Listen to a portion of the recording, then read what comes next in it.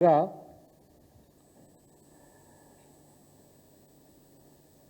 తెలంగాణ రాష్ట్ర ప్రజలకు, విద్యార్థి సోదరులకు, కార్మిక కర్షకులకు, జర్నలిస్టు సోదరులకు, సబ్బండ వర్గాలకు తెలంగాణ ఉద్యమంలో మేము సైతం అంటూ తెలంగాణ రాష్ట్ర సాధన కోసం పోరాడినటువంటి, తెలంగాణ రాష్ట్రాన్ని సాధించుకువచ్చినటువంటి వీరులందరికీ కూడా పేరు పేరున ముందస్తుగానే రాష్ట్ర అవతరణ శుభాకాంక్షలు తెలియజేస్తా ఉన్నాను. అదేవిధంగా తెలంగాణ రాష్ట్ర సాధనలో భాగంగా తమ జీవితాలను భగ్నం చేసుకొని అమరవీరులైనటువంటి విద్యార్థి నిరుద్యోగ వీరులందరికీ కూడా, అమరవీరులందరికీ కూడా హృదయపూర్వకంగా శ్రద్ధాంజలి ఘటిస్తూ ఉన్నాను. రేపు తెలంగాణ రాష్ట్ర అవతరణ దినోత్సవం. దానిలో భాగంగా తెలంగాణ భవన్లో పెద్ద ఎత్తున సంబరాలు నిర్వహించుకోబోతా ఉన్నాము. దానికి తోడుగా రాష్ట్ర వ్యాప్తంగా ఉన్నటువంటి ఒక జిల్లా కేంద్రాలలో, మండల కేంద్రాలలో ఎక్కడికక్కడ జెండాలు ఎగురవేసి తెలంగాణ అమరవీరులకు శ్రద్ధాంజలి ఘటిస్తూ విజయోత్సవాలు జరుపుకుంటూనే మరో పక్కన కేటీఆర్ గారి నేతృత్వంలో అమెరికాలో పెద్ద ఎత్తున ఈ యొక్క రాష్ట్ర అవతరణ సంబరాలు జరుపుకోనున్నాము. పెద్ద ఎత్తున రేపు తెలంగాణ భవన్లో కూడా ప్రజలందరూ, కార్మికులు, మన విద్యార్థులు కావచ్చు, లేకపోతే కార్యకర్తలు, నాయకులు అందరూ కూడా ఇక్కడికి రావాలని చెప్పని విజ్ఞప్తి చేస్తూనే 2-3 విషయాలు మీడియా ద్వారా ప్రజలందరికీ కూడా పంచుకోవాలంటే ఒక ప్రయత్నం చేస్తూ ఉన్నాం. ఈ యొక్క మహత్తరమైనటువంటి ఈ సందర్భంలో ఒకటి, తెలంగాణ ఉద్యమ ప్రస్థానము, రాష్ట్ర సాధన ప్రస్థానం. రెండవది, కేసీఆర్ గారి నేతృత్వంలో జరిగినటువంటి ఒక విప్లవాత్మకమైనటువంటి ఒక అభివృద్ధి ప్రస్థానం. మూడవది, ఇవాళ కాంగ్రెస్ ప్రభుత్వం, రేవంత్ రెడ్డి ముఖ్యమంత్రిగా కొనసాగుతున్నటువంటి ఒక కాంగ్రెస్ ప్రభుత్వం చేస్తున్నటువంటి ఒక తెలంగాణ విధ్వంసం గురించి మీ అందరి ముందు కొన్ని విషయాలు పంచుకునేటువంటి ఒక ప్రయత్నం చేస్తాం. కొంత ఎలాబొరేట్ ప్రెస్ మీట్ అయినప్పటికీ కూడా దయచేసి కొంత ఓపికగా వినాలా అని చెప్పని, అటెన్షన్ పే చేయాలని చెప్పని నేను విజ్ఞప్తి చేస్తూ ఉన్నాను.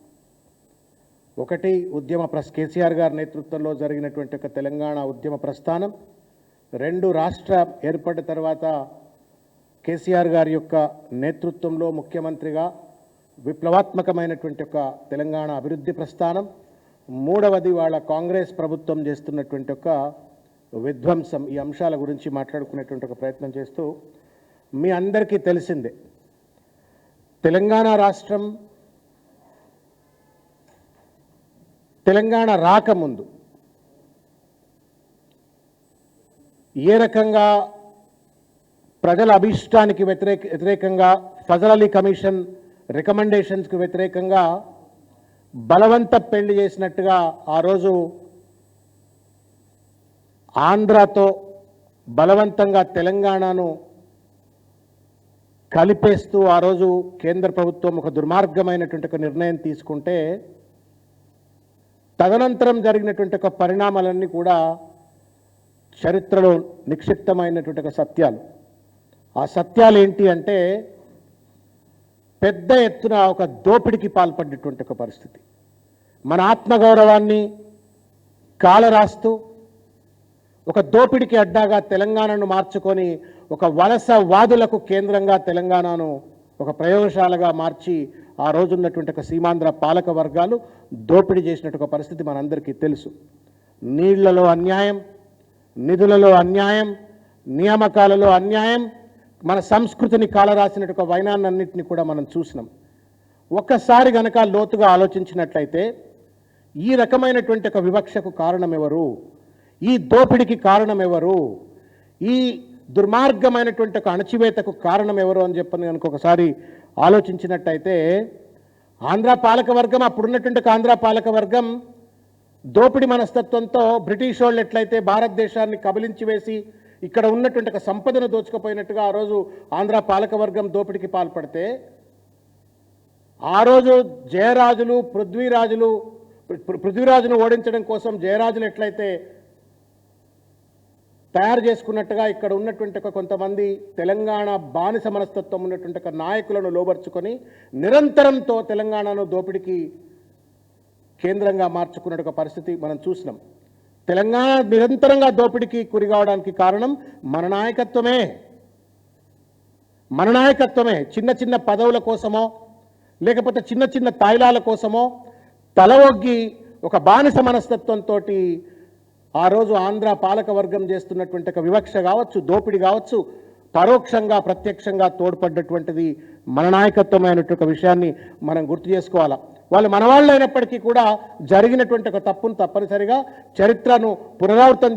చరిత్రను సమీక్షించుకున్నప్పుడు తప్పనిసరిగా వాటికి సంబంధించిన అంశాలను బయటికి చెప్పుకోవాలి. కాబట్టి ఈ సందర్భంగా నేను చెప్పే ప్రయత్నం చేస్తూ ఉన్నాను. ఒక నియో కొలోనిజం లెక్క ఆ రోజు మనని చెరబట్టి తెలంగాణ యొక్క వనరులను, సంపదను, ఉద్యోగాలను, నీళ్లను, నిధులను మొత్తాన్ని కూడా విధ్వంసం గురి చేసిన ఒక పరిస్థితి మనం చూసినాం. 69లో ఉద్యమం వచ్చింది.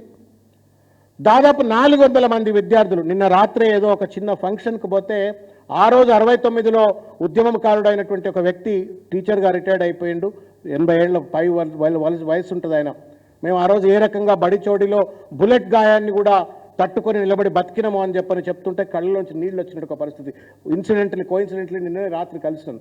అట్లా అనేక మంది, వేలాది మంది ఆ రోజు 1969లో ఉద్యమానికి తోడ్పడి ఉద్యమంలో భాగస్వాములైతే 400 మందిని ఆ రోజు బ్యానెట్లు పెట్టి, ఆ రోజు బ్రహ్మానంద రెడ్డి గారి ప్రభుత్వం పోలీసులు బ్యానెట్లు పెట్టి, బుల్లెట్లు పెట్టి కాల్చి చంపినటువంటి ఒక దుర్మార్గమైన ఒక పరిస్థితి చూసినాం.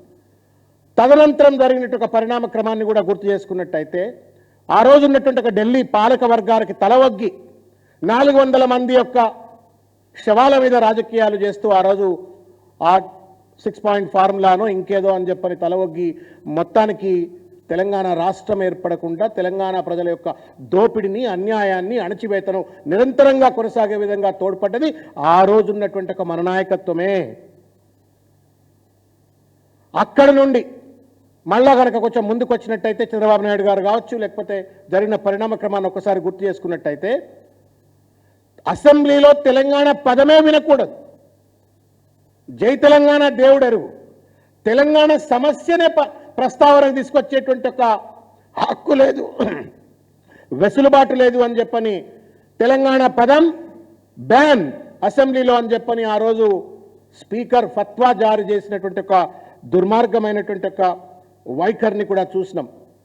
ఇవన్నీ జరగడానికి కారణం ఏంటి అంటే మాకు పదవులుంటే చాలు, తెలంగాణ ప్రజలు ఏమైనా పర్వాలేదని చెప్పని ఒక బేఖాతర్ వైఖరి మన నాయకత్వానికి ఉండడం వల్ల జరిగినటువంటి ఒక పరిణామాలని చెప్పని నేను గుర్తు చేస్తా ఉన్నాను. ఆ రోజు తెలంగాణ ఉద్యమంలో మమేకమై పనిచేస్తున్నటువంటి ఒక బెల్లి లలిత గారు కావచ్చు, లేకపోతే మా రోజు వీరన్న గారు కావచ్చు, అనేక మంది తెలంగాణ ఉద్యమకారులను పిట్టల లెక్క ఊచకోత కోసి ఎన్కౌంటర్లు చేసినటువంటి ఒక పాలక వర్గాల చరిత్ర కూడా, రక్తసిక్తమైన తెలంగాణ చరిత్రను కూడా ఈరోజు మనం గుర్తుపెట్టుకోవాల్సిన అవసరం ఉంది అని చెప్పని నేను గుర్తు చేస్తా ఉన్నాను. శాశ్వతంగా తెలంగాణను వలసవాదులకు, దోపిడికి అడ్డగా మార్చుకున్నటువంటి ఒక పరిస్థితి నాకు బాగా గుర్తు. 1987-8 ప్రాంతంలో దుశ్శల సత్యనారాయణ గారు అని చెప్పని జలసాధన సమితి నల్గొండ జిల్లాలో నడిపేవారు. నేను ఆ రోజుల్లో ఆర్ట్స్ కాలేజ్ జనరల్ సెక్రటరీగా ఉన్నాను. వారిని పట్టుకొచ్చి ఆర్ట్స్ కాలేజ్లో జలసాధన సమితి అని చెప్పని తెలంగాణకు నీళ్లలో అన్యాయం అవుతుంది నల్లగొండ జిల్లాకు అని చెప్పని ఆర్ట్స్ కాలేజ్ రూమ్ నెంబర్ 52లో ఒక సమావేశాన్ని పెడితే ఆ రోజు ఉన్నటువంటి అనేక మంది మేధావులు తెలంగాణ వస్తుందా పోతుందా, ఇంకా కృష్ణానది నీళ్లు మీరు లిఫ్ట్ ఎట్లా చేస్తారు, ఎట్లా నీళ్లు వస్తాయి, మనకు నీళ్లు రావు, మన తెలంగాణ ఎండిపోవాల్సిందే, మన భూములు ఎండిపోవాల్సిందే, ఆగం కావాల్సిందే, ఇదంతా మీరు అనవసరమైనటువంటి ఒక కొత్త పంచాయతీ పెడుతున్నారా అని చెప్పని మా పైన ఆ రోజు ఉన్నటువంటి చాలామంది ప్రొఫెసర్లు కావచ్చు, ఇంటలెక్చువల్స్ కావచ్చు అన్నటువంటి ఒక పరిస్థితి కూడా చూసినాం.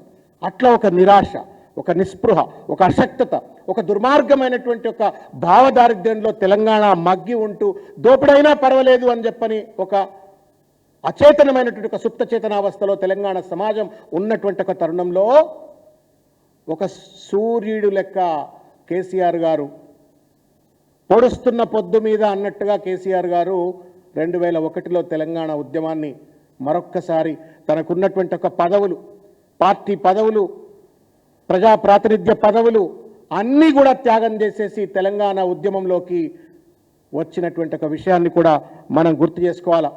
నేను నిన్న రాత్రి ఎప్పుడో మీరు కూడా వినాలని చెప్పి కోరుతున్నా. ఈ కార్యక్రమాన్ని చూసేటువంటి ఒక తెలంగాణ బిడ్డలు కూడా వినాలని చెప్తున్నారు. గూగుల్లో, యూట్యూబ్లో కొడితే మీకు కనబడుతుంది. ఇబ్రహీం తొరారే అని చెప్పని ఒక young speaker, 35 year old person, African revolutionist. ఇప్పుడు ఆయన మాట్లాడుతున్న మాటలు 2001లో కేసీఆర్ గారు మాట్లాడిన మాటల లెక్కనే కనబడతా ఉన్నాయి. ఆఫ్రికా దోపిడికి ఎట్లయితే గురవుతా ఉందో, అటు చైనా కావచ్చు, అమెరికా కావచ్చు, మిగతా దేశాలు, రష్యా కావచ్చు, ఈ దేశాలు దోపిడి గురి చేస్తూ ఉంటే ఆ రోజు ఆఫ్రికాను కాపాడడం కోసం, ఈరోజు ఆఫ్రికాను కాపాడడం కోసం ఎట్లయితే పోరాటాలు జరుగుతూ ఉన్నాయో, 2001లో కేసీఆర్ గారు ఒక నెల్సన్ మండేలా లెక్క, ఒక మార్టిన్ లూథర్ కింగ్ లెక్క తెలంగాణ ప్రజల యొక్క హక్కుల కోసం, తెలంగాణ అస్తిత్వాన్ని కాపాడడం కోసం, తెలంగాణ ఆత్మగౌరవాన్ని కాపాడడం కోసం ఆ రోజు ఉద్యమాన్ని మొదలుపెట్టినట్టు విషయాలు. ఆయన ఆ రోజు ఉద్యమాన్ని మొదలుపెట్టినప్పుడు అనేక మంది అనేక అవమానాలు చేసినారు, వెన్నుపోట్లు పడిచినారు.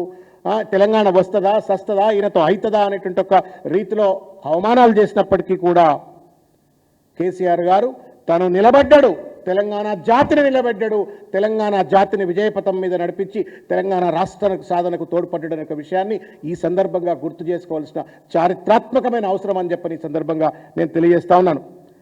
మిత్రులారో, ఒక విషయం, 1969లో కూడా ఉద్యమం జరిగింది. నిరంతరంగా కూడా గంగా ప్రవాహం లెక్క తెలంగాణ ఉద్యమం రకరకాల రీతుల్లో కొనసాగింది. కానీ ఎక్కడా కూడా ఒక వ్యూహాత్మకమైన ఉద్యమం మాత్రం కేవలం కేసీఆర్ గారి నేతృత్వంలోనే జరిగింది. ఆ రోజు 69లో అది వీధి ఉద్యమం. కానీ కేసీఆర్ గారు ఏమన్నారు, ఇది స్ట్రీట్ ఫైట్ కాదు, ఇది స్టేట్ ఫైట్గా ఉండవలసిన అవసరం ఉంది అని చెప్పని ఒక ప్రజా ఉద్యమాలను, ప్రజాక్షేత్రంలో జరిగేటువంటి ఒక ఉద్యమాలను రాజకీయాలతో మిళితం చేసి సాధికారికంగా చట్టసభల్లో జై తెలంగాణ నినాదమిస్తూ తెలంగాణ సాధన కోసం ఒక మరో రాజకీయ ఉద్యమాన్ని మొదలుపెట్టినటువంటి ఒక మహోన్నతమైనటువంటి ఒక విజనరీ విజ్డమ్ ఉన్నటువంటి ఒక నాయకుడు కేసీఆర్ గారు అనే ఒక విషయాన్ని కూడా ఈ సందర్భంగా గుర్తు చేసుకోవాలా. వారికి హృదయపూర్వకమైన ఒక కృతజ్ఞతలు తప్పనిసరిగా మనమందరము తెలియజెప్పాలా. తెలంగాణ సమాజం కూడా చెప్పవలసిన అవసరం ఉందని చెప్పని ఈ సందర్భంగా నేను తెలియజేస్తా ఉన్నాను. వారి నేతృత్వంలో జరిగిన ఉద్యమం కేవలం తెలంగాణకు మాత్రమే సిమితం కాలే. థేమ్స్ నది ఒడ్డులో ఎవరైనా కలలు కన్నారా? జై తెలంగాణ అని చెప్పని పాటలు పాడతారని చెప్పని. వైట్ హౌస్ ముందు, వాషింగ్టన్లో వైట్ హౌస్ ముందు తెలంగాణ కోసం ప్లకార్డులు పట్టుకొని ఉద్యమించడానికి కలలు కన్నారా? కానీ కేసీఆర్ గారి నేతృత్వంలో అటు లండన్ కావచ్చు, అటు వాషింగ్టన్ DC అమెరికాలో కావచ్చు, సౌదీ అరేబియా కావచ్చు, దుబాయ్ కావచ్చు, న్యూజిలాండ్ కావచ్చు, ఆస్ట్రేలియా కావచ్చు, జపాన్ కావచ్చు, ప్రపంచవ్యాప్తంగా ఎక్కడెక్కడైతే తెలంగాణ వాళ్ళు ఉన్నారో వాళ్ళంతా ఆ రోజు తెలంగాణ ఉద్యమంలో వారి నాయకత్వంలో మమేకమై పనిచేసి తెలంగాణ సాధనకు తోడ్పడిన విషయాన్ని గుర్తుపెట్టుకోవాలా. అసలు మనకు స్థానికంగా మీడియా వాళ్ళు చూపెట్టే పరిస్థితి లేదు.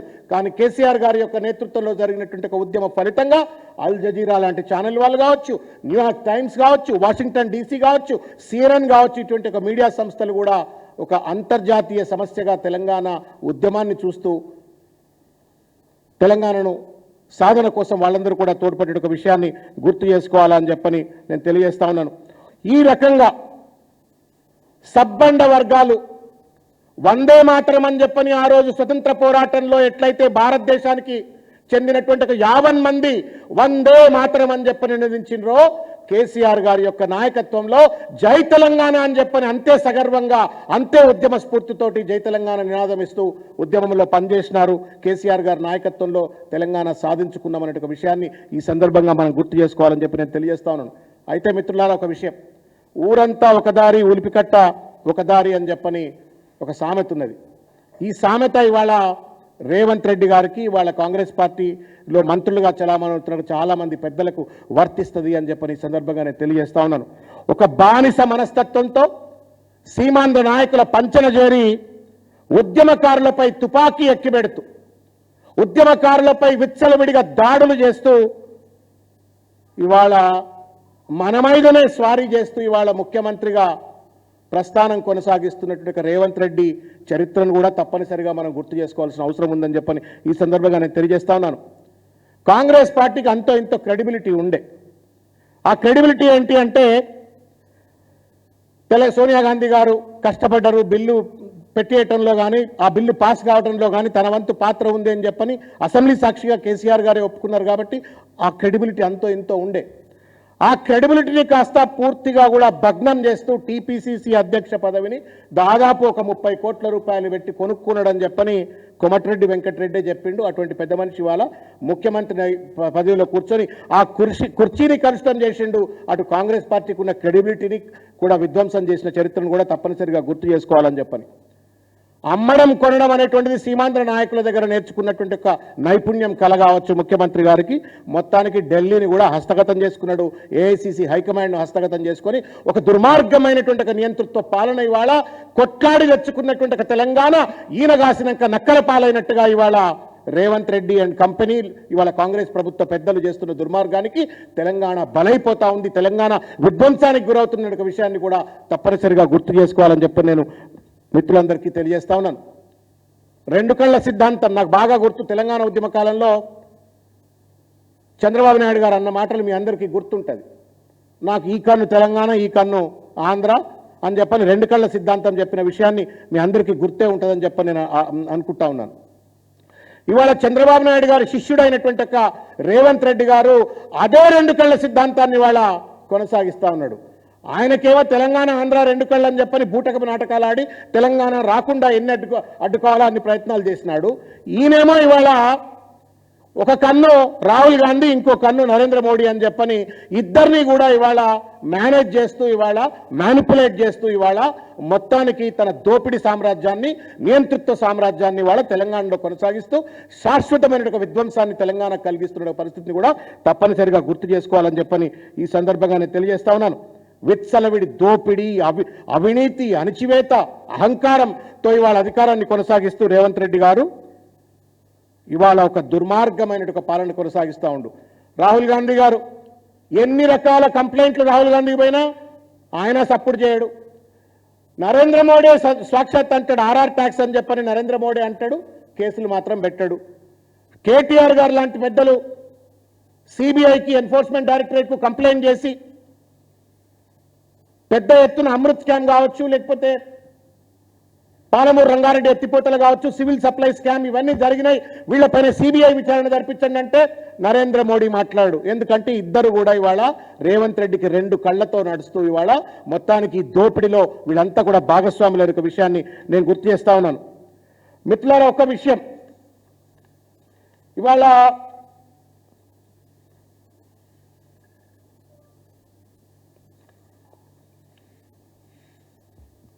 తెలంగాణ రాష్ట్రం ఏర్పడ్డ నాడు కేవలం ఎండిన భూములు, బక్కజిక్కిన రైతులు, ఉద్యోగాలు లేకుండా అల్లాడుతున్నటువంటి ఒక నిరుద్యోగులు, అతలాకుతలమైనటువంటి ఒక తెలంగాణ పరిస్థితి. ఆ రోజు కిరణ్ కుమార్ రెడ్డి తెలంగాణ రాకముందు ఏం చెప్పిండో మనందరికీ కూడా గుర్తే ఉంటుంది.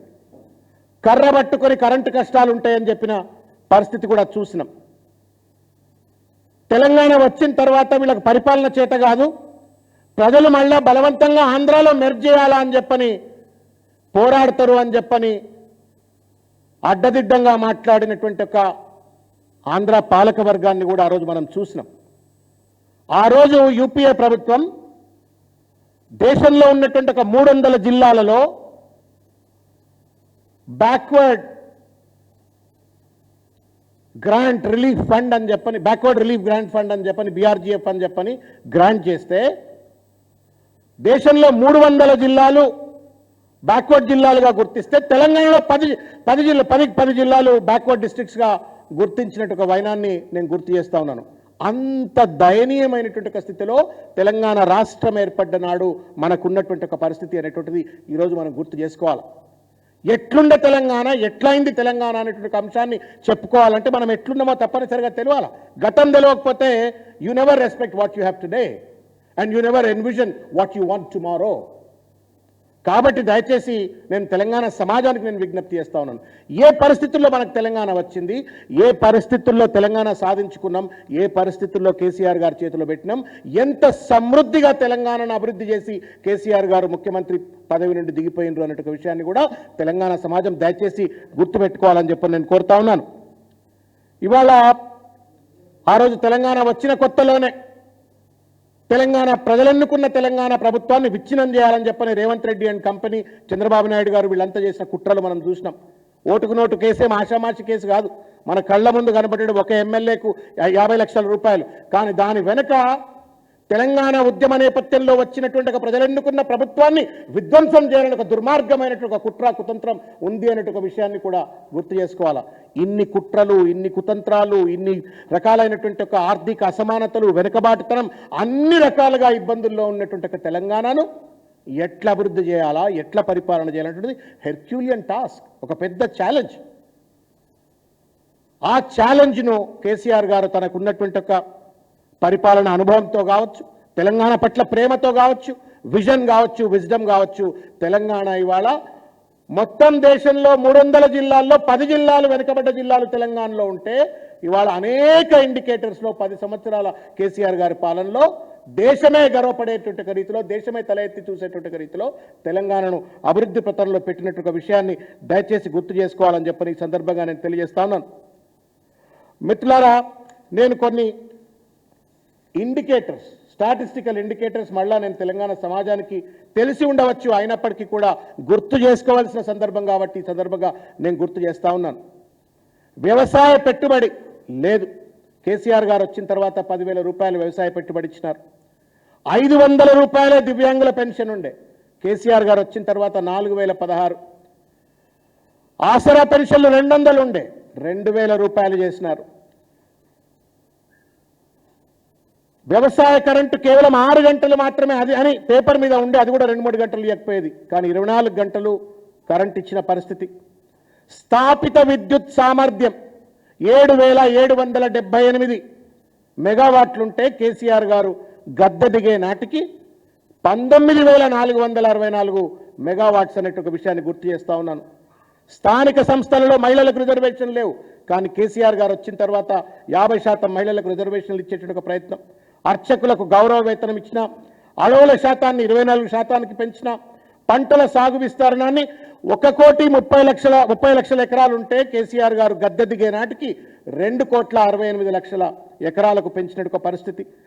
గ్రామ పంచాయతీలు కేవలం 7,855 ఉంటే 12,769 అడ్మినిస్ట్రేటివ్ రిఫార్మ్స్. మండలాలు కేవలం 459 ఉంటే 612 మండలాలు. 68 మున్సిపాలిటీలు మాత్రమే ఉంటే 142 మున్సిపాలిటీలు. పర్ క్యాపిటా ఇన్కమ్ అంట మనం తలసరి ఆదాయం 1,15,000 రూపాయలు మాత్రమే పర్ క్యాపిటా ఇన్కమ్ తెలంగాణ రాష్ట్రం ఏర్పడ్డనాడు. కానీ కేసీఆర్ గారి యొక్క దార్శనికత వల్ల, పరిపాలన సమర్థత వల్ల ఆ యొక్క పర్ క్యాపిటా ఇన్కమ్ అనేటువంటిది 3,17,000 రూపాయలకు పెరిగింది. ప్రభుత్వ ఆసుపత్రుల్లో ప్రసవాలు, నేను కొన్ని ఇండికేటర్స్ మాత్రం మీ దృష్టికి తీసుకొచ్చే ప్రయత్నం చేస్తా ఉన్నా. గవర్నమెంట్ హాస్పిటల్కి పోవాలంటే ఎవరు పోయేటువంటి ఒక పరిస్థితులు కాదు. కేవలం 100 ప్రసూతులు అవుతే 30% మంది మాత్రమే గవర్నమెంట్ హాస్పిటల్కి పోయేది. కానీ కేసీఆర్ గారు ముఖ్యమంత్రి అయిన తర్వాత ప్రభుత్వ ఆసుపత్రుల పట్ల ఆయన చూపెట్టిన శ్రద్ధ వల్ల 76% పెరిగినట్టు ఒక పరిస్థితి. ఇట్లా అనేక రంగాలలో విద్య కావచ్చు, వైద్యం కావచ్చు, ఇన్ఫ్రాస్ట్రక్చర్ కావచ్చు, అనేక రంగాలలో పల్లె ప్రగతి కావచ్చు, పట్టణ ప్రగతి కావచ్చు, అద్భుతమైనటువంటి అభివృద్ధి సాధించి 2,000 కోట్ల రూపాయల సర్ప్లస్ రెవెన్యూతో రేవంత్ రెడ్డి చేతిలో ముఖ్యమంత్రి పదవిని కట్టబెట్టినారు. 2023 డిసెంబర్ నాడు 16 నెలలు గడిచింది. ఈ 16 నెలలలో రేవంత్ రెడ్డి గారిని, ప్రభుత్వంలో ఉన్నటువంటి మంత్రులను సూటిగా ప్రశ్నిస్తా ఉన్నాను. ఒక విప్లవాత్మకమైన అభివృద్ధి జరిపి తెలంగాణ రాష్ట్రాన్ని మీ చేతిలో పెడితే దుర్మార్గమైన విధ్వంసానికి వాళ్ళ పాల్పడతా ఉన్నారు కదా, న్యాయమా రేవంత్ రెడ్డి అని చెప్పని వాళ్ళ ఒక పక్కన మనం సంబరం చేసుకుంటూనే మన జీవితాలను ఛిద్రం చేస్తూ తెలంగాణ రాష్ట్రాన్ని దుర్మార్గంగా విధ్వంసం చేస్తున్నటువంటి రేవంత్ రెడ్డి ప్రభుత్వాన్ని, కాంగ్రెస్ ప్రభుత్వాన్ని తప్పనిసరిగా నిలదీయవలసిన అవసరం ఉంది అని చెప్పని తెలంగాణ ప్రజలకు, సమాజానికి నేను విజ్ఞప్తి చేస్తా ఉన్నాను. లోతుగా ఆలోచించాలని చెప్పని నేను కోరుతా ఉన్నాను. ఒక్కొక్క ఇండికేటర్ ఇవాళ ఎంత ఒక మానవీయ కోణంతో చూసినట్టయితే Dalit Bandhu, SC ST sub plan, Ambedkar overseas scholarships, నేను దీని గురించి చెప్పదలుచుకున్నా. దేశంలో ఎక్కడా కూడా అంబేద్కర్ ఓవర్సీస్ స్కాలర్షిప్ అని చెప్పెట్లా, కానీ అంబేద్కర్ ఆశయాలకు అనుగుణంగా కేసీఆర్ గారు అంబేద్కర్ ఓవర్సీస్ స్కాలర్షిప్ని పెడితే ఇవాళ ఆ స్కాలర్షిప్కి ఇవాళ తుంగలో దొక్కేటువంటి పరిస్థితి చూస్తూ ఉన్నాం. ఒక పక్కన తలతిక్కగా ట్రంప్ అనేటువంటి ఒక వ్యక్తి అక్కడ ఉన్నటువంటి ఒక విశ్వవిద్యాలయాలకు నిధులు కేటాయించకుండా నానా రకాలైన ఇబ్బందులకు గురి చేస్తూ విద్యార్థులు కనీసం ఒక $10, $10, $20 సంపాదించుకునేటువంటి ఒక వెసులుబాటు లేకుండా చట్టపరమైనటువంటి నియంత్రణకు గురి చేస్తూ ఉంటే, ఇస్తానన్నటువంటి ఒక ఓవర్సీస్ స్కాలర్షిప్ ఇవ్వకుండా ఇస్తారనే నమ్మకంతో అమెరికా పోయినట్టుగా విద్యార్థులు ఇవాళ బిచ్చగాళ్ల లెక్క ఇవాళ నానా ఇబ్బందులకు గురవుతున్న పరిస్థితి. ఇది న్యాయమా రేవంత్ రెడ్డి గారు అని చెప్పి నేను ప్రశ్నిస్తా ఉన్నాను. మానవత్వం ఉండాలా. పేదవాడి బాధ తెలిసిన వాడు ఎవడు కూడా కేసీఆర్ గారి పథకాలను బంద్ పెట్టారు. దళిత బంధు ఊసేలేదే. దళితుల ఓట్ల పైన అధికారంకి వస్తావు. గద్దర్ లాంటి ఒక మహానాయకుడు ఒక దళిత బిడ్డను ఐకానిక్గా చూపెట్టే ప్రయత్నం చేస్తావు, కానీ దళితుల ఓట్ల మన్ను కొడుతూ ఇవాళ దళిత బంధు లాంటి పథకాన్ని అమలు చేసేటువంటి ఒక ప్రయత్నం మాత్రం చేయట్లేవు. ఇది దగా కాదా, ఇది మోసం కాదా అని చెప్పని రేవంత్ రెడ్డి గారు నేను ప్రశ్నిస్తా ఉన్నా. పేదింటి ఆడబిడ్డలు, పేద కుటుంబాల్లోకి వచ్చిన వాళ్ళు ప్రసవాలకు పోవాలంటే చాలా ఇబ్బంది పడతారు. ఎందుకంటే they will be mall nutritious. ఇది గుర్తించిన దేశంలో ఎవరు గుర్తించలే, ఇది కేసీఆర్ గారు గుర్తించినారు. పేదవాళ్ళ చెమట వాసన తెలుసు, వాళ్ళ కష్టం తెలుసు, వాళ్ళ నష్టం తెలుసు, వాళ్ళ బాధలు తెలుసు. కాబట్టి ఆ కుటుంబాలు పడే బాధ ఏందో తెలిసిన వారికి కేసీఆర్ కిట్టును పెడితే, మీరు పెట్టుకోరు, రాజీవ్ గాంధీ కిట్టు పెట్టుకోరు, సోనియా గాంధీ కిట్టు పెట్టుకోరు, రేవంత్ రెడ్డి కిట్ అనే పెట్టుకోండి, అభ్యంతరం లేదు. కానీ పేదలకు వచ్చేటువంటి ఒక పథకాన్ని ఆపుచేసే ప్రయత్నం చేస్తూ ఉన్నారు కదా. KCR nutrition kit, KCR kit అని చెప్పని ఆ పిల్లలు పుట్టిన పిల్లలకు కొంత మంచి వెసులుబాటు ఉండేటువంటి ఒక రీతిలో కేసీఆర్ కిట్ను ప్రవేశపెడితే దాన్ని తుంగలో దొక్కేస్తూ ఉన్నారు.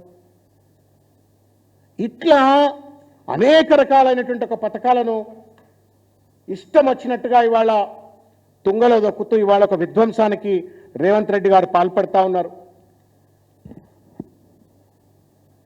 నేను కేసీఆర్ గారు నేతృత్వంలో జరిగినటువంటి ఒక అనేక రకాలైనటువంటి అభివృద్ధి స్వేదపత్రం అని చెప్పని గతంలో కేటీఆర్ గారు చెప్పినారు. నేను ఇంకా వీటి గురించి ఎక్కువగా చెప్పవలసిన అవసరం లేదు, కానీ ఇది గూగుల్లో కొట్టినా ఎక్కడ కొట్టినా స్పష్టంగా కనబడుతుంది. ఒకసారి దయచేసి పునశ్చరణ చేసుకోవాల్సిన అవసరం ఉందని చెప్పని ఈ సందర్భంగా నేను అందరికీ తెలియజేస్తా ఉన్నాను. ఇవాళ ఈ రకంగా ఒక దుర్మార్గమైనటువంటి రీతిలో పార్టీని వంచి, ప్రజల్ని వంచి, డబ్బు పెట్టి పిసిసి అధ్యక్ష పదవిని కొనుక్కొని, ముఖ్యమంత్రి పదవిని కొనుక్కొని మరి ప్రజల్ని ఏమైనా ఉద్ధరించిందా అంటే ఇవాళ ఒక నీచమైనటువంటి ఒక పరిపాలన కొనసాగిస్తూ ఇవాళ ఒక ఆర్థిక విధ్వంసానికి రేవంత్ రెడ్డి పాల్పడతా ఉన్నాడు. ఒక దుర్మార్గమైనటువంటి ఒక ఆర్థిక విధ్వంసానికి ఇవాళ రేవంత్ రెడ్డి గారు పాల్పడతా ఉన్నారు. ఇది దయచేసి తెలంగాణ సమాజం లోతుగా గుర్తించాలని చెప్పని, రాజకీయాలకు అతీతంగా ఆలోచించండి. మేమేదో తెలంగాణ భవన్లో కూర్చొని బీఆర్ఎస్ పార్టీ వేదిక నుంచి మాట్లాడుతున్నందుకు మేము బీఆర్ఎస్ వ్యూగా చూడకండి. నిష్పక్షపాతంగా రేవంత్ రెడ్డి నేతృత్వంలో కాంగ్రెస్ ప్రభుత్వం చేస్తున్న ఆర్థిక విధ్వంసాన్ని ఒక్కసారి గుర్తించండి. ఇది మనందరి యొక్క పిల్లల భవిష్యత్తును సర్వనాశనం చేసేటువంటి ఒక రీతిలో ఒక అసమర్థ పాలన కొనసాగిస్తూ, అవినీతి పాలన కొనసాగిస్తూ ఒక ఆర్థిక విధ్వంసానికి ఇవాళ రేవంత్ రెడ్డి పాల్పడతా ఉన్నాడు. జిఎస్డిపి 4,70,000 రూపాయలు ఉన్నటువంటి ఒక జిఎస్డిపి కేసీఆర్ గారి నేతృత్వంలో అది కాస్త 15 లక్షలకు జిఎస్డిపి పెరిగితే, అంత అద్భుతంగా ఆర్థికంగా సమృద్ధితో రాష్ట్రాన్ని పరిపాలించి ముందు పెడితే ఇవాళ రేవంత్ రెడ్డి ఆర్థిక విధ్వంసానికి పాల్పడతా ఉన్నాడు. మీరు చెప్పండి ఒక మాట.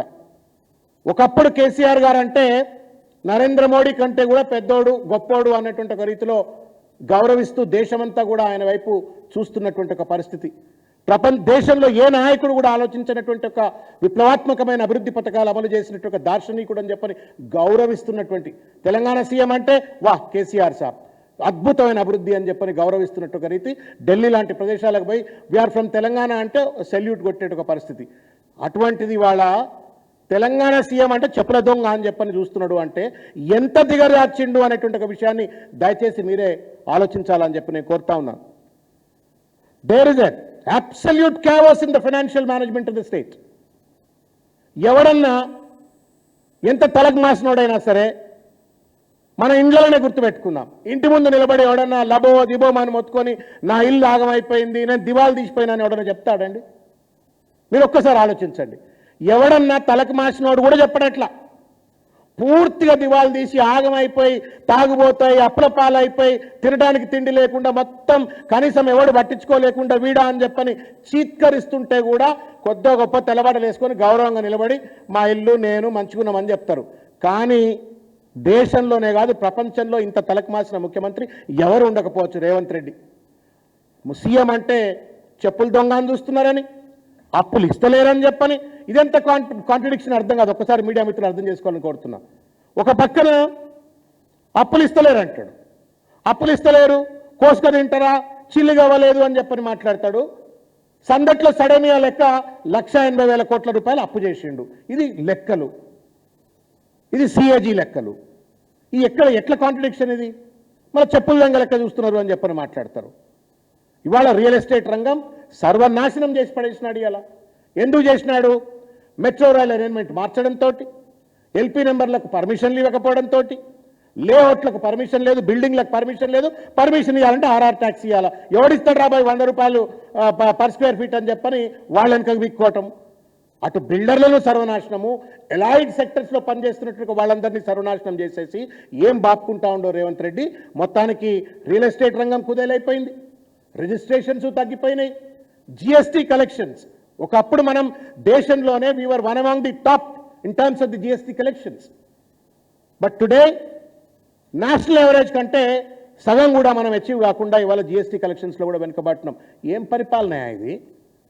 పరిపాలన అంటే కమాండ్ కంట్రోల్ సెంటర్లో కూర్చుంటాం. దాని గురించి కూడా నేను కొద్దిసేపు మాట్లాడతా అని చెప్పి నీకు సందర్భంగా నేను తెలియజేస్తా ఉన్నా. ఎవరన్నా ఎంత దుర్మార్గమైన వ్యక్తి అని అంటే, రైతులు ఇవాళ వడ్లు కొనుక్కోలేక వడ్లు పండించిన వడ్లు రోడ్ల మీద కుప్పలు పోసి పెట్టినరు, కొంటలేరు. లేకపోతే కొన్న తర్వాత ధాన్యం కేంద్రాల్లో తడిచిపోతున్నాయి, డబ్బులు రావట్లేవు అంటే ఒక వరి కేంద్రాన్నైనా ముఖ్యమంత్రి విజిట్ చేసిండా? దయచేసి నేను మీడియా మిత్రులు ఆలోచించాలని చెప్పని కోరుతున్నా, తెలంగాణ ప్రజలు కూడా ఆలోచించాలని కోరుతా ఉన్నా. అన్నమో రామచంద్ర అని చెప్పని రైతులు ఏడుస్తూ ఉన్నారు. ఇవాళ మా వరి పంట నాశనం అయిపోయిందని చెప్పని, మా వడ్లు ఖరాబ్ అయిపోతున్నాయని చెప్పని. 5 సార్లు అందాల పోటీలో పోయి అందగత్తెలను చూడడం కోసం టైం స్పెండ్ చేయగలిగినట్టుగా రేవంత్ రెడ్డి రైతుల కళ్ళల్లో కన్నీళ్ళు వస్తూ ఉన్నాయి, వడ్లు తడిచిపోతున్నాయి. ఒక ధాన్య కేంద్రాన్నైనా ఒక రైతునైనా పరామర్శించడానికి మనసు లేదు. ఇంతకంటే దుర్మార్గం లేదు. ఇక అందాల పోటీలైనా చక్కగా నిర్వహించిందా అంటే అది చక్కగా నిర్వహించిన పాపన అవ్వలేదు. మిస్సింగ్ లైన్ ఏం మాట్లాడిందో మనందరం చూసినాం.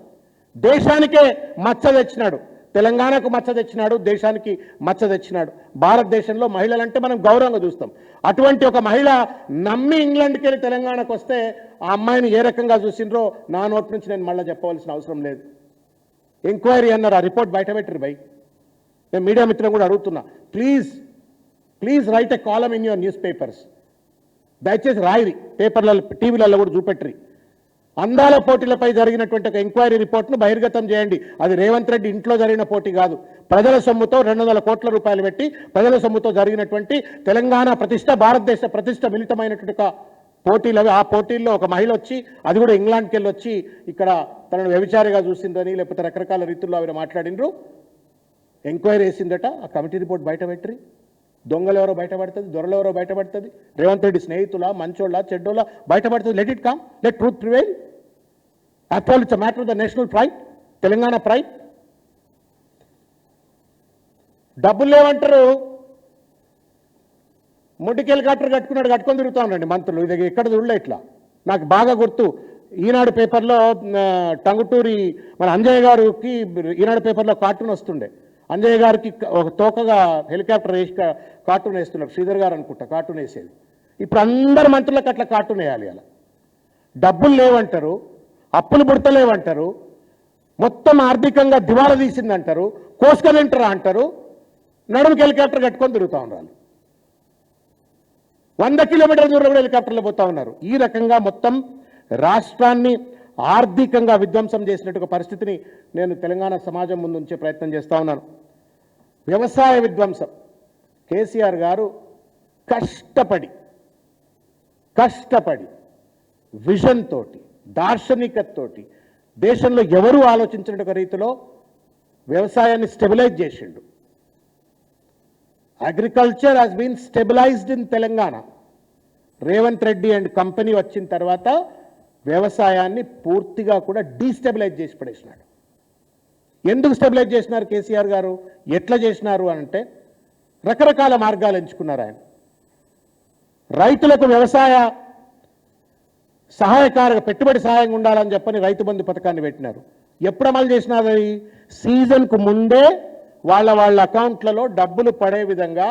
ఎందుకంటే ఆ డబ్బును మళ్ళా పెట్టుబడి కోసం వాడుకుంటూ వ్యవసాయం చేయాలంటే ఇంట్రెస్ట్ లేకున్నా, వ్యవసాయం చేయాలంటే కష్టం అనుకున్న వాళ్ళు కూడా డబ్బులు వచ్చినాయి కదా నేను పండియొచ్చు అని చెప్పని ఒక ఉత్సుకత వచ్చే విధంగా రైతులను ఒక ప్రొడక్టివ్ ఇంజన్స్గా మార్చడం కోసం, రాష్ట్ర సంపదను పెంపొందించడంలో భాగస్వాములుగా మార్చడం కోసం పెట్టుబడి సాయం చేసినట్టు ఒక పథకాన్ని ఇవాళ రేవంత్ రెడ్డి గారు తుంగలో దొక్కిండ్రు. 15,000 ఇస్తా అన్నాడు. దాఖలాలు లేవు, ఎక్కడ పోయినాయో. యాసంగి అయిపోయింది, వడ్లు రోడ్ల మీద ఉన్నాయి. సగం మంది అమ్ముకున్నారు, సగం మంది తడిచిపోయినాయి. ఇంతవరకు యాసంగిలో ఇవ్వవలసిన రైతు బంధు ఇవ్వలేదు. కౌలు రైతులకు 12,000 ఇస్తా అన్నాడు, దాని దాఖలాలు లేవు. రుణమాఫీ ఇవాల్టికి 16 లక్షల మందికి 2 లక్షల పూర్తి రుణం అందలేదని చెప్పని సంఖ్యలు చెప్తా ఉన్నాయి. దాన్ని కూడా దాటవేత ధోరణికి పాల్పడుతూ ఉన్నాడు. పండిన ధాన్యం కొంటలేరు, కొన్న ధాన్యానికి డబ్బులు ఇస్తలేరు. కొనుగోలు కేంద్రాలలో ధాన్యం దడిచిపోతూ ఉంది. వాళ్ళ రైతులు అత్యంత దయనీయమైన ఒక పరిస్థితిలో ఉన్నారు. సన్నవడ్లకు బోనస్ ఇస్తా అన్నారు, అది కూడా ఇచ్చిన దాఖలాలు లేవు. రైతు బీమా ప్రీమియం 4 నెలలు అయింది కట్టక. రైతులు చనిపోతే ఇవాళ డబ్బులు వచ్చే పరిస్థితి లేదు, ఎప్పుడు వస్తుందో తెలియదు. ఈ రకంగా మొత్తం తెలంగాణ రైతాంగం పాలిటి శాపంగా మారి ఇవాళ ఒక పక్క ఆర్థిక విధ్వంసం, మరో పక్కన వ్యవసాయ విధ్వంసం. Most stabilised sector in Telangana under KCR rule was agriculture. ఉచిత కరెంట్ ఇచ్చినా, లేకపోతే నిరంతర సాగునీరు అందించినా, పెట్టుబడి సహాయం అందించినా, పండించిన పంటను కొన్నా, రకరకాల రీతుల్లో రైతుకు అండగా ఉండి ప్రతి రైతును ఒక ప్రొడక్టివ్ ఎంటర్ప్రైజ్గా తీర్చిదిద్ది ఒక రంగాన్ని స్టెబిలైజ్ చేస్తే ఇవాళ రేవంత్ రెడ్డి 16 నెలల కాలంలో మొత్తం విధ్వంసం చేసిన పరిస్థితిని దయచేసి గుర్తుపెట్టుకోవాలని చెప్పని ఈ సందర్భంగా నేను కోరుతా ఉన్నాను. ఇరిగేషన్ విధ్వంసం, వ్యవసాయ విధ్వంసం అయిపోయింది, ఆర్థిక విధ్వంసం అయిపోయింది, ఇక సాగునీరు రంగం విధ్వంసం. ఎవడన్నా మెడకాయ మీద తలకాయ ఉన్నాడు కాళేశ్వరం ప్రాజెక్టును ఎండబెట్టారు. వీళ్ళ కుట్ర. కాళేశ్వరం ప్రాజెక్టు ముఖ్యంగా మేడిగడ్డ బ్యారేజ్లో ఒక చిన్న పిల్లర్ కుంగిపోతే దాన్ని రిపేర్ చేసుకోవడానికి 100 కోట్లు 200 కోట్లు అవుతుంది.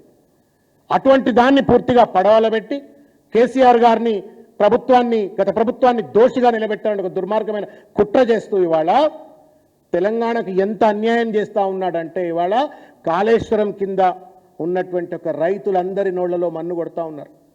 ఎండాకాలంలో కూడా కాళేశ్వరం వల్ల 500 టీఎంసీ నీళ్లు భూగర్భంలో ఉండేయని చెప్పుకునేది.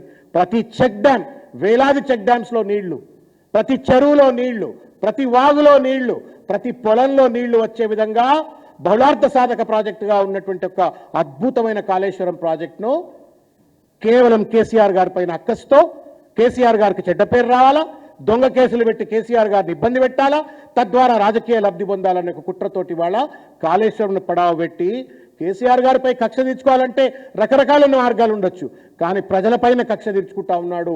ఓట్లేసి గద్దె మీద అధికారం ఇచ్చినటువంటి ఒక రైతాంగం నోట్ల మన్ను కొడతా ఉన్నాన్న విషయాన్ని ఈ సందర్భంగా గుర్తు చేసుకోవాలని చెప్పి నేను గుర్తు చేస్తున్నాను.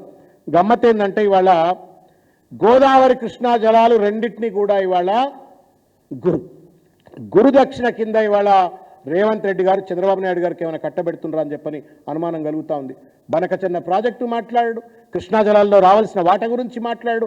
మొత్తానికి వాళ్ళ రేవంత్ రెడ్డి తెలంగాణ ప్రజల రైతులకు రావాల్సినటువంటి ఒక జల హక్కులను చంద్రబాబు నాయుడు గారికి తాకట్టు పెట్టి గురుదక్షిణ కూడా ఇస్తా ఉండు. ఇది కూడా గుర్తించాలని చెప్పని ఈ సందర్భంగా నేను తెలియజేస్తా ఉన్నాను. ఒక్క క్షణమన్న కరెంటు పోయిందా చెప్పరి? ఇవాళ టీవీలు, ఫ్రిడ్జ్లు, ఇండ్లల్లో బల్బులు ఎగిరిపోతూ ఉన్నాయి, కరెంటు లేదు. ఎప్పటికప్పుడు షార్ట్ సర్క్యూట్లు అవుతుందో తెలియదు, ఎప్పుడు కరెంటు పోతుందో తెలియదు. 24 గంటలు కరెంట్ వచ్చింది. ఇవాళ పవర్ కట్స్ ఇవాళ తెలంగాణలో చూస్తున్నట్టు ఒక పరిస్థితి. తాగునీరు కష్టాలు మళ్ళా మొదలైన ఒక పరిస్థితి చూస్తూ ఉన్నాం మనం. ఇవాళ ఒక విధ్వంసకారుడు. నేను ఎందుకు మరీ చెప్తా ఉన్నా అంటే, ఎవరన్నా మనకు ఓట్లేసిన వాళ్ళు ఇండ్లు కూలుస్తామండి?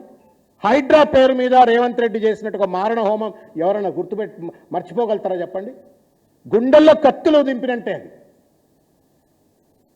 పేద ప్రజల గుండెల్లో కత్తులు దింపినట్టు హైడ్రా లాంటి బుల్డోజర్లు పంపి, ఒక పక్కన ఉత్తరప్రదేశ్లో బుల్డోజర్ రాజు అని చెప్పని రాహుల్ గాంధీ మాట్లాడతాడు, తెలంగాణలో బుల్డోజర్ రాజు నడిపిస్తూ హైడ్రా పేరు మీద ఇండ్లు కూల్చివేసింది, మూసీ పేరు మీద ఇండ్లు కూల్చివేసింది. విత్సలవిడి అదాని లాంటి వాళ్లకు మూసీని కట్టబెట్టే ఒక ప్రయత్నం చేయటం, ప్రాజెక్టును కట్టబెట్టే ప్రయత్నం చేయటం, అవినీతికి పాల్పడటం. నోరు లేని జీవాలను కూడా వదిలిపెట్టలే. నోరున్నటువంటి ఓటేసినటువంటి ఒక పేద ప్రజలను వదిలిపెట్టలే. నోరు లేని జీవాలను చెట్టు చేమను కూడా వదిలిపెట్టకుండా 400 ఎకరాలైనటువంటి హెచ్సియు భూముల్లో ఉన్నటువంటి చెట్లను విధ్వంసంగా మార్చిన పరిస్థితిని కూడా చూస్తూ ఉన్నాం. ఈ రకంగా మొత్తం అటు ఇరిగేషన్ విధ్వంసం, ఎక్సైజ్. నాకు బాగా గుర్తు, రేవంత్ రెడ్డి పిసిసి ప్రెసిడెంట్గా ఉన్నప్పుడు నెత్తి మీద నోరు పెట్టుకొని ఊకి అంటుండే, తెలంగాణ ఆడబిడ్డల పుస్తెల తాళ్లు తెంపి ఆర్థిక ఖజానా నింపుకుంటున్నారు ఈ ప్రభుత్వం అని చెప్పని మాట్లాడినారు. శుద్ధపూస మాట్లాడినావు. మరి నువ్వు ఇవాళ ఏం చేయాలి చెప్పరు ఒక మాట. You said that the previous government was surviving economically on the excise revenue. మరి నువ్వు ఇవాళ ఏం చేస్తున్నావు? మొన్న బీర్ల రెవెన్యూ ధరలు పెంచిండు, ఇవాళ విస్కీ ధరలు పెంచిండు, మొత్తానికి లిక్కర్ ధరలు పెంచిండు, టార్గెట్లు పెంచిండు, షాపులు పెంచుతున్నారు. ప్రజలను తాగుబోతులుగా మార్చేయాలా? ప్రజల కిడ్నీలు ఖరాబ్ అయినా పర్వాలేదు, లివర్లు ఖరాబ్ అయినా పర్వాలేదు, నా ఖజానా నిండాలా, నా హెలికాప్టర్లు తిరగడానికి మాత్రం దుబారాకు ఖర్చులు కావాలని చెప్పని ఇవాళ ప్రజలను వాడక దొబ్బుతా ఉన్నాడు, ప్రజల జీవితాలతో చెలగాటమాడుతూ ఉన్నాడు. ఈ విషయాన్ని కూడా గుర్తు చేసుకోవాలని చెప్పని ఈ సందర్భంగా తెలియజేస్తా ఉన్నాను. ఇకపోతే ఫెయిల్యూర్ ఇన్ గవర్నెన్స్. జిహెచ్ఎంసీ అండి, ప్రెస్టీజియస్ ఆర్గనైజేషన్, 1 కోటి మంది బతికేటువంటి ఒక నగరం Hyderabad, one of the largest economic hubs of the country.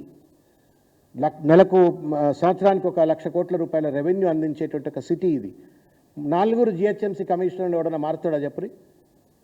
Rose ఇలాబర్తి, Ronald rose ఇలాబర్తి, తర్వాత అమ్మాయి అంటే అమెరికా ఆంధ్రాకి పోయినట్టుంది, తర్వాత ఇప్పుడు కానీ ఈయనను కూడా ఉండనిస్తారా ఉండనేదో తెలియదు. ఇది ఒక్కటే కాదు, నా కమిషనర్లను ఉండనీయడు, నా డీజీపీలను ఉండనీయడు, ఆఫీసర్లను ఉండనీయడు. చదరంగం ఆడినట్టు మనసు చూసినప్పుడు ఆఫీసర్లను మార్చేస్తే పరిపాలనపై పట్టెట్లు వస్తుంది అని చెప్పని హెచ్ఎండి అట్లనే, జిహెచ్ఎంసీ అట్లనే కూడా చేసిన పరిస్థితిని నేను గుర్తు చేస్తూ ఉన్నాను. ఇకపోతే ప్రగతి భవన్ రాడు, సెక్రటేరియట్కు రాడు, కమాండ్ కంట్రోల్ సెంటర్లో కేసీఆర్ గారు కట్టిన కమాండ్ కంట్రోల్ సెంటర్లో కూర్చొని పరిపాలన కొనసాగిస్తాడు, లేదంటే జూబ్లీహిల్స్ ప్యాలెస్లో కూర్చొని పరిపాలన కొనసాగిస్తాడు. నేను సూటిగా అడుగుతా ఉన్నా, ఎవరైనా సాధారణ ప్రజలు ఇవాళ రేవంత్ రెడ్డిని కలవాలంటే ఎక్కడ కలవాలా? ఆయన ప్యాలెస్లో కలవాలా? లేదు మోడర్న్ పోలీస్ స్టేషన్ అయినటువంటి ఒక కమాండ్ కంట్రోల్ సెంటర్లో కలవాలా? చెప్పండి. నేను I don't think anything other than that. Command control centre ఇదే మోడర్న్ పోలీస్ స్టేషన్. మామూలు పోలీస్ స్టేషన్కేమో ఇంకో చిన్న బిల్డింగ్లో ఉంటుంది, ఇది పెద్ద అద్దాల మేడ. ఇది పోలీస్ స్టేషన్, అది కమిషనర్ కూర్చుంటాడు, రకరకాల ఆఫీసర్లు కూర్చుంటాడు. ఎవరైనా సరే గుర్తుపెట్టుకోండి, మీరే గుర్తు చేసుకోండి, ఒక సర్పంచో ఒక ఎమ్మెల్యేనో రేషన్ కార్డుల సమస్య పరిష్కరించడానికి పోలీస్ స్టేషన్లో కూర్చొని పరిష్కరిస్తారా? మీరు ఒక్కసారి ఆలోచించండి. రేషన్ కార్డుల పంచాయతో, లేకపోతే ఆరోగ్యశ్రీ కార్డుల వితరణనో, ఇంకేదో పబ్లిక్ పాలసీకి సంబంధించినటువంటి ఒక ముచ్చట ఎవడన్నా పోలీస్ స్టేషన్లో కూర్చొని పరిపాలన రివ్యూ చేస్తారా? ఎందుకు పోలీస్ స్టేషన్లో కూర్చొని పరిపాలన అందిస్తున్నాడు? పోలీసులు అంటే ఒక భయానికి చిహ్నం, ఆధిపత్యానికి చిహ్నం. కాబట్టి నేను అక్కడ కూర్చుంటున్నా, నాకు డీజీపీలు సెల్యూట్ కొడతారు, నా కమిషనర్లు సెల్యూట్లు కొడతారు, కాబట్టి నేను ఎవరినైనా ఏ రకంగా అదిరిస్తా బెదిరిస్తా అని చెప్పని ఒక పోలీస్ రాజ్యం నడుపుతున్నాడు అని చెప్పని సింబాలిక్గా చూపెట్టడం కోసం ఇవాళ సెక్రటేరియట్కు రాడు. దాన్ని కోట్ల రూపాయల సెక్రటేరియట్, అది అద్భుతమైన బిల్డింగ్, అది అక్కడికి ఎందుకు రావట్లేవు? ప్రజలకు ఎందుకు అందుబాటులో ఉండవు? గవర్నెన్స్ విధ్వంసం ఇది, గవర్నెన్స్ విధ్వంసం ఇది. పోలీస్ స్టేషన్లో కూర్చొని పరిపాలన అందిస్తున్న ఏకైక ముఖ్యమంత్రి భారతదేశ స్వాతంత్రం వచ్చిన తర్వాత అది రేవంత్ రెడ్డి. నేను కమిషనర్ గారికి అప్పీల్ చేస్తా ఉన్నా, డీజీపీ గారికి అప్పీల్ చేస్తా ఉన్నా, యు ఆర్ బియాండ్ పాలిటిక్స్. మీరన్నా చెప్పండి ఆయనకు. If he is reviewing home department, let him sit in command control center. But civil supplies review అక్కడనే నడుస్తుంది, ఎడ్యుకేషన్ డిపార్ట్మెంట్ రివ్యూ అక్కడనే జరుగుతుంది, ఇంకోటి రకరకాల డిపార్ట్మెంట్ రివ్యూలు అక్కడనే జరుగుతాయి, ఆఖరికి సినిమా వాళ్ళకి సంబంధించిన రివ్యూలు అక్కడనే జరుగుతాయి. అది పోలీస్ స్టేషనా, కమాండ్, లేకపోతే ముఖ్యమంత్రికి ఏమైనా ప్రత్యేకమైన కార్యాలయం అక్కడైనా ఇచ్చిండ్రా, లేకపోతే ఇక పైన ఇల్లు కట్టి ఆయనకు పెంట్ హౌస్ కట్టిస్తే ఆండన్ ఉంటాడు, ఇక ప్రజలు అక్కడికన్నా వచ్చి కలిసిపోతారు. ఎవడన్నా సామాన్య ప్రజలు కమాండ్ కంట్రోల్ సెంటర్కి వెళ్ళి ముఖ్యమంత్రిని కలిసే అవకాశం ఉంటుందా? ప్రజలకు అందుబాటులో ఉండవు. కేసీఆర్ గారి పైన ఏం మాట్లాడినాను? ప్రగతి భవన్లో కూర్చున్నాడు, బయటికి రావట్లేడు, ఎవరికి అందుబాటులో. మరి నువ్వేం చేస్తా ఉన్నావు? ఇలా ప్యాలెస్లో కూర్చున్నావు, జూబ్లీహిల్స్ ప్యాలెస్లో, కలవడానికి వీల్లేదు. కమాండ్ కంట్రోల్ సెంటర్ కలవడానికి వీల్లేదు. నువ్వు సెక్రటరియట్కు రావు, మరి ఏం పరిపాలన చేస్తా ఉన్నావు నువ్వు? సెటిల్మెంట్గా మా సోదరుడు చెప్తున్నాడు, అడ్వకేట్, ఆయనకు బాగా ఎరుక. ఇటువంటి వాళ్ళు అంత వస్తారు కదా కేసులు, అందుకే తెలుసు. సెటిల్మెంట్లు చేస్తూ ఉన్నాడు. సెటిల్మెంట్లకు ఎక్కడ కంఫర్ట్ ఉంటుంది? ఎదుటోడి బార్గెనింగ్ కెపాసిటీ ఎక్కడ తగ్గుతుందన్నా?